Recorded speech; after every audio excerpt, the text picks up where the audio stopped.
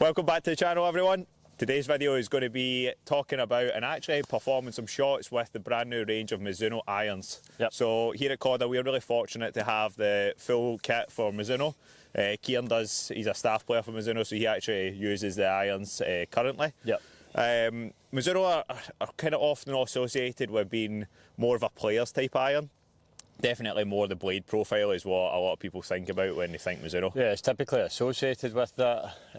What we're trying to show you guys today is as much as they have that range, and that range is fantastic, they also have that kind of more forgiving range in there as well with their JPX models. Yeah. So you've got the Mizuno Pro family, then you've got the JPX family, and we've also got the S3 model that's just being released as well. Yeah, so just recently the S3 has kind of fitted into that Pro range. Yeah. And then we've also got the JPX Forged, which is just fitted into the JPX range as well. Yeah. So both the Mizuno Pro range, that came out round about a year ago, just under a year ago. Start of last season pretty much, yeah. Then the JPX range came in at the back end of last season. So we've also now got a couple of new heads in there that feed into those as well.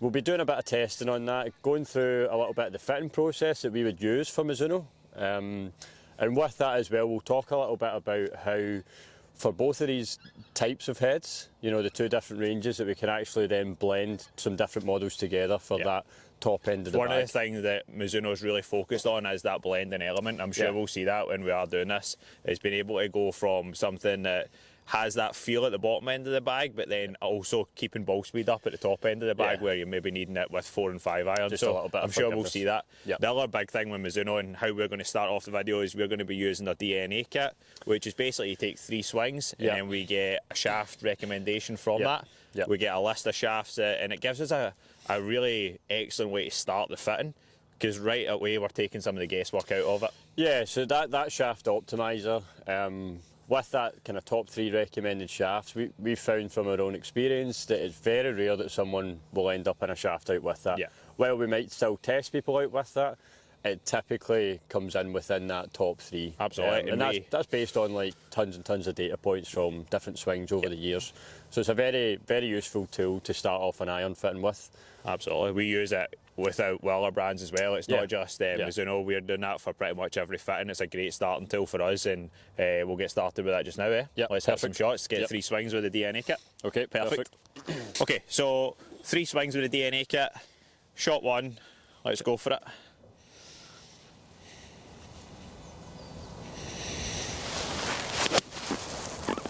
Good. Nice shot there. The shots aren't overly relevant here. As long as we get the data from it, then we are going to get the recommendation shafts.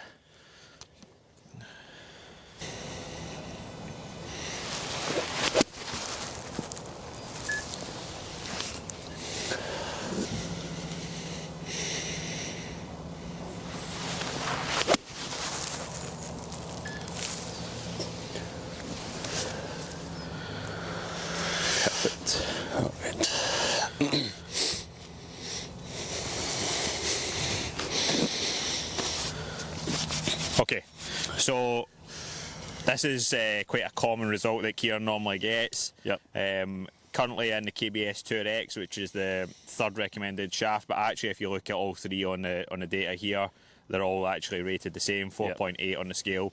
All 130 gram shafts. We've got C Taper X, KBS S Taper X, and the one that you're in currently, KBS 2X. Yep. So we're going to do all the testing with that KBS 2X just so it's the same feel throughout the bag. And we'll test out each iron head. Yeah, like you said, that from when we done this for my fitting last year, that's exactly the 3 options that came up as well.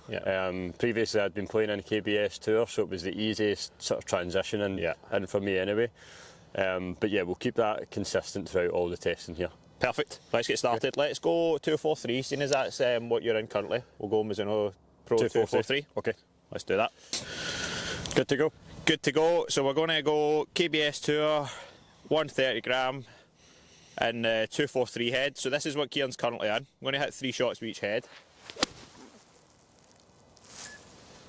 Just hit that a little bit skinny there. Yeah, just a fraction right. That's fine. So typically more your kind of players type iron here. Yeah. The great thing about Mizuno, and you'll know this from playing this season, the sound and feel of them is just like pretty unmatched, isn't it? Yeah, the feel's fantastic. This one for me, this sits in the middle of the Pro range. So I feel like it gives a lot of the characteristics of the more bladey 241 in terms of the actual profile, the feel, but it's a little bit more forgiving. Yeah. So for me, it kind of gives a really good match for that. Absolutely.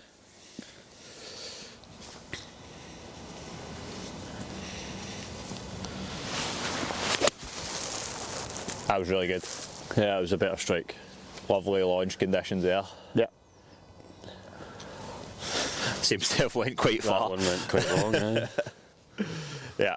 So what we're looking for from an iron fit, and we're not going to be doing this as a whole iron fitting process, but what we are going to be showing you is the differences in different iron heads, just matched up with the same shaft, how they can offer different characteristics in terms of distance, launch conditions, spin profiles, and also just feel and forgiveness. So this iron head is fitted perfectly for you, but like we were talking about earlier, there might be that option to blend into some other irons as well with the 245s, which we'll get a look at later on. But let's go one more with that. That was really nice. Shot characteristics were good there.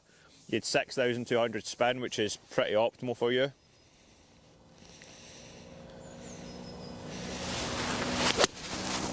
Really nice.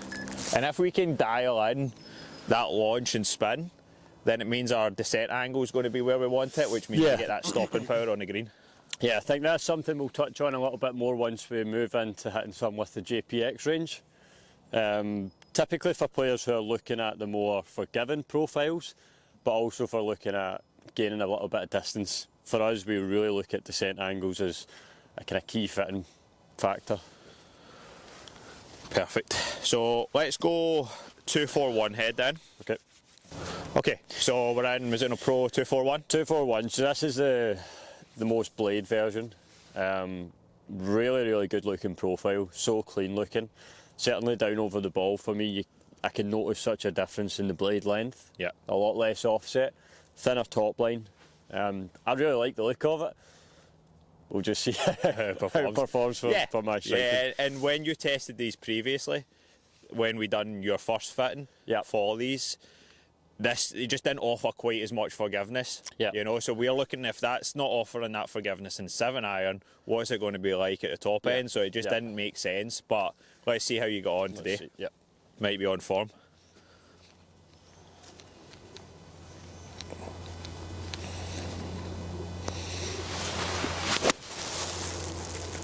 And that's going to be a pretty perfect example, I reckon. Like slightly low on the blade. Yep. And therefore losing that forgiveness element.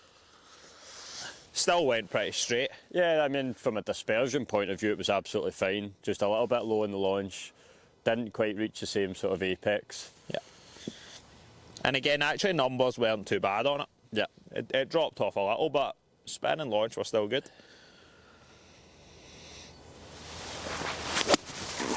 Nice. And as we mentioned earlier, like the sound and feel off of these, obviously you're getting the feel sensation, but I can hear it just sounds ridiculous. Yeah. Really nice numbers off of that. Yeah, that one was good.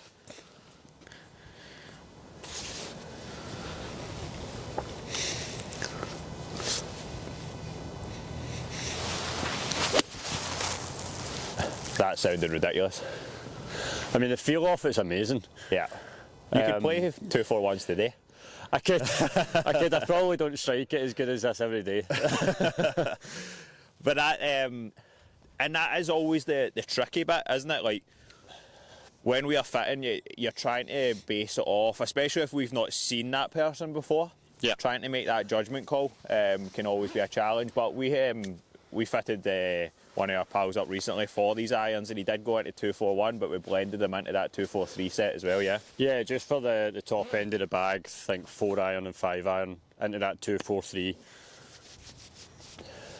Okay, so next up we're going to go Mizuno Pro 245. 245, yep. Okay, so Mizuno Pro 245 here? 245 here, yeah. So straight away, as soon as I look at this, it's just that bit more, you know, slightly longer blade length, slightly thicker top line. Yeah. So straight away gives me a feel of more forgiveness, when you actually look at the club from the back, it's so similar to the 241. Such a clean looking profile. Looks amazing, doesn't it? Yeah, yeah. More hollow body, so that you're going to get the odd one. Generally speaking, before we watch this, we're going to expect this to go further. Slightly stronger lofts, bigger head profile, so we are expecting a bit more distance off it. Yep.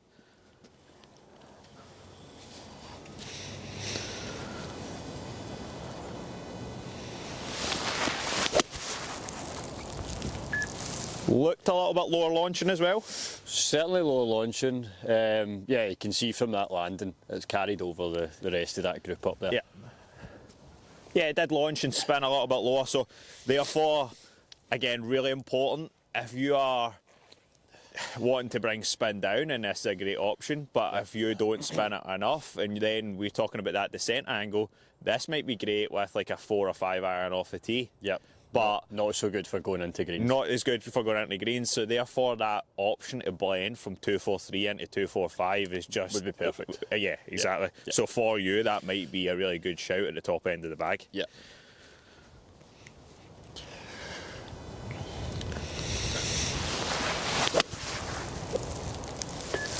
That was quite a miss hit there. Just a little bit of a miss hit, but still done all right for you. Yeah. Wouldn't I like to see that with the 241? And actually, the distance drop off isn't ridiculous. Numbers wise, certainly from a carry point of view, is pretty good there. Yeah, absolutely. You know, I would certainly take that as for what felt like quite a big miss hit. Yeah, and the ball flight speed was didn't still drop pretty off good. a crazy amount.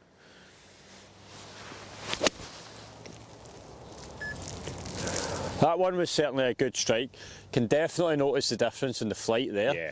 Coming down a lot more compared to the 241s and 243s. Yeah, we can see that. And then it's good actually for your launch window, but it's definitely lower what the 243 is. Yeah. So, yeah, maybe just getting a little bit too much run on it for the likes of yourself, but for other people that need that ball speed, it's going to be a fantastic very good option. Yeah. Okay, so we're going to hit the S3 model, which has just recently been launched. Yeah. This kind of fits in between 241 and 243, really. Yeah. So it's got a little bit of features of both in this head. You know, straight away from the back of the head, it looks more like the 243. Yeah. Right, but the sole is much more like the 241. Mm-hmm. So you can really see the difference in the leading edge, the sort of beveled leading edge, which is going to give a little bit more or better turf interaction. Yeah. Certainly down at the ball, it's much more like the 241 as well, I think. Yeah. Kind of a little bit shorter blade length, thinner top line. If we are hitting shots and a fitting with this, and we do a mixture of fittings off the mats and off the grass, this is the sort of one you're going to want to hit off the turf. Absolutely. Just to see that turf interaction as well, kind of getting in and out the grass a lot quicker, and a lot smoother as well. Yeah. Looks awesome though. Yeah, the look is really good.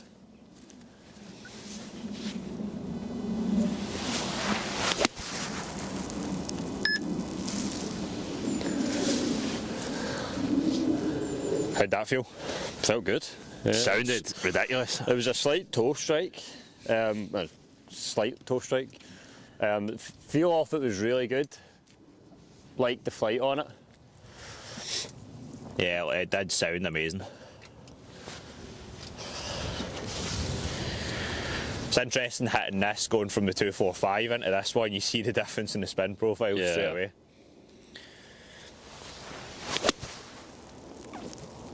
That felt amazing. So much higher as well, eh? That feels so good. Yeah. For me, I mean, straight away, I would definitely be like. Obviously, this is closer to what I'm in just now, anyway. Yeah. For me, that would be really, really good in terms of the launch. Yeah. Launch windows, the apex. I really like that. Yeah, absolutely. Coming down on the green softly, that one, eh? Yeah. Yeah. Yeah, it's spinning at 6.4, which is ideal for 7 iron, really.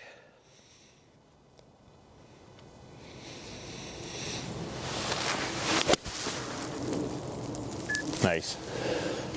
I think we've done this well in the sense that the 245 you get to see that total difference. It's a really different flight. You're watching this, the launch angle's crazy how different it is. Yeah. Obviously different lofts in there, but the performance of the irons are just totally different as well. So just highlighting the importance of making sure you are testing the right equipment as well, and having a think about and we'll just bang on about this constantly, of possibly blending your set. Don't feel like just because you hit the 7-iron and 245 good that you're just going to go full bag of 245 irons. If anything, that's never what I'm going to put someone in. You know, because you need different launches for different clubs. Yeah, definitely. All right, so definitely. Brilliant performance there. Let's get a wee look at the JPX family then. Okay, so now we're in the JPX family, so probably more associated with your more forgiving range. However, we're in the forged head first, so real still, as much as you're getting more forgiveness out there, you're still holding that feel in terms of the forged metal in there. So really nice and soft feel out it. This would be the one that would be sort of on the edge between going into the Pro range and the JPX. It's in the JPX family, but it's going to have a lot of the characteristics from the Pro range. I almost feel like it sits in that in between 243 and 245. You know, it maintains the feel of 243 a bit more. But it's more. You can, again, you're not going to blend this with a 243 as much. No.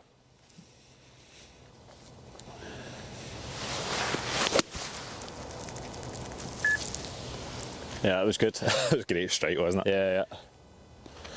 Still sounded unreal. Again, just looking down, as you mentioned, the difference maybe, or this being kind of somewhat similar to 243.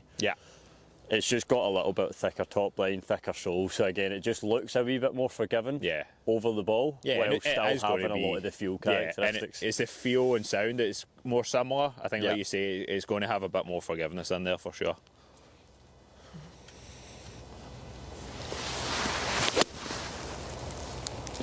Nice swing, just a tiny bit right, but a really nice sound off of that. Still sounded pretty central. You're not needing too much forgiveness today. No, it's actually been quite surprisingly decent.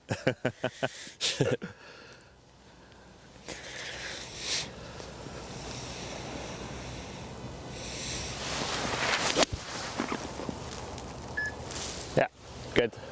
That one launched. I've just left the face open a little bit. And actually, I think we've discussed this before as well, is like one of the things you would be doing from a fitting, and one thing I kind of know about your game is you don't mind that little miss to the right over a miss to the left. If I'm going to miss it on one side or from a particular flight, I would rather the sort of high right shot than anything going left. It comes down a bit softer, weaker, finishes short of a green rather than going long into trouble. Absolutely. Okay, so we're into the Hot Metal Pro. Hot Metal Pro this time, So again, just a little bit more forgiveness looking down at the head. Just a slightly thicker top line. A little bit more offset. You can start to see a little bit more of the sole as well over the ball. Just a little bit of a wider sole. Absolutely. Expect this to come out like maybe a little bit lower. Go a touch further than in the forged. Nice. Still a really good flight, like more penetrating ball flight, I would say. That flight was amazing. Really good. Like, it was still penetrating, but a pretty decent descent angle on that one, I would. Maybe I should put this in the bag. This is the one, again, banging on about the blending element. If you're going forged at the bottom end from, let's say, 7 to wedge, look at going in Hot Metal Pro from 6 upwards to try and create more forgiveness and get that more penetrating ball flight. Don't sacrifice ball speed by trying to go into the forged head in a 4-iron. Let's see if I can repeat that last one. That was good. Really good. 2 in a row. That was ridiculous. You can see that one even in the flight, that's going a little bit longer. You can see it. 100%. It's more than a little bit, to be fair, and your speed hasn't changed, right? So you're swinging it at similar club head speed, but you're just getting a ridiculous amount more ball speed out of it. So really powerful option. Again, for you, it's not going to be a 7-iron. You don't want your 7-iron carrying as far as that and coming in as low in that, but maybe in a 4-iron. And if you are needing some ball speed, then this is such a good option. And still looks ridiculously good as well, ridiculously clean. It's one of the things that Mizuno do so well is, regardless of the forgiveness in the iron, they make it look amazing, don't they? That still feels really good. Nice shot, that. It's kind of almost surprising how good that is, considering I've never really played in that type of head. Yeah. That does feel amazing. Okay, so last one is going to be in the hot metal, which is just, again, slightly more forgiving, slightly thicker top line, wider sole than what the Hot Metal Pro is. You can literally blend all three of these clubs. You could go forged, then into Hot Metal Pro, and then fire in a hot metal, let's say in your 4-iron, just to make it more forgiving as you go up the bag. Yeah. The great thing what Mizuno do is they have all their lofts set out so that they're designed to be blended. Yeah. You know, so they are in a way that if you are mixing and matching a little bit, Mizuno will help you out in terms of recommending what lofts to go into. Yeah. So Perfect. That's the last one then, hot metal. Yeah. We do also have the Hot Metal High Launch. We're just not going to test that today. The high launch option is great for people who are typically looking at gaining a little bit of speed, gaining a little bit of distance. One thing we typically will find in fittings is going into those stronger clubs. Yeah.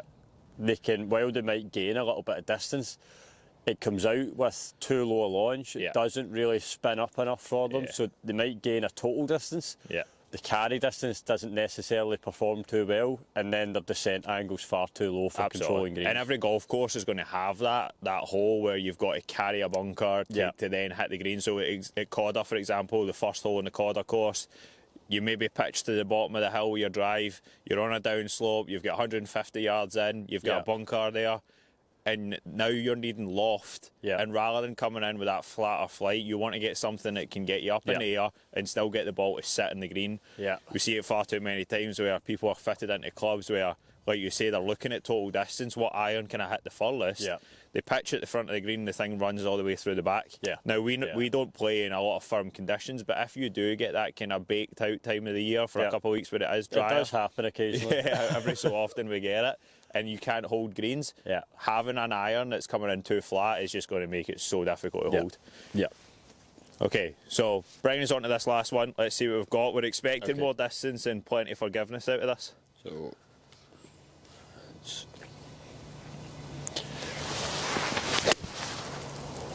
good, and that's probably where the forgiving element, you've not hit many bad shots today, but that was probably your weakest in terms of strike, and yet still held its own really, really well. Still carried 187 yards. The speed numbers off it's incredible, considering that was definitely a bit low off the face. Yeah.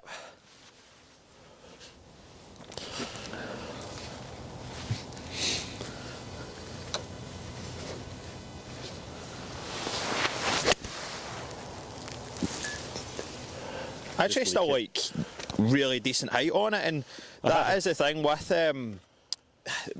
clubs, manufacturers are aware of that. Mizuno are knowing that launch is becoming an issue, lofts are getting stronger, so therefore they're trying to get that CG as far back as they can, get the weight down the bottom of the club so they still get some airtime on it. Yeah.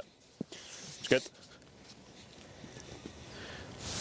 Let's give us one more then. Okay. Finish on a good one, hopefully. Nice. Really good. I love the flight on that. That was excellent, to be fair. Really good launch conditions there. Yeah. And just more distance. Just a powerful, powerful club. All right, so I think hopefully what we've showcased there is Mizuno do far more than just that blade type iron. They've actually got a massive range of irons that we've went over there. And you throw in the high launch to add to that, it's a really, really good range. And what we're seeing from these is they all look really clean. So from that blending element, not only is it going to help you in terms of your launch angles and your spin rates and give you more forgiveness, when they're sitting in the bag, they still all look very similar as well. They look really, really clean. Yeah, definitely for looking down at the club over the ball, they all look very similar. Yeah.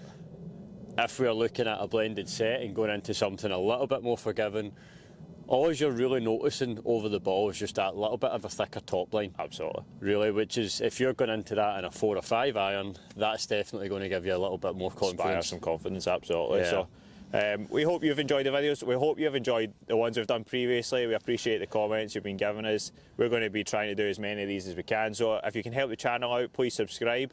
It's been good so far, and as I say, anything you guys want to see, then please leave us a comment. Yep. All right, perfect. Thanks, guys. Well done, mate. Cheers. Good.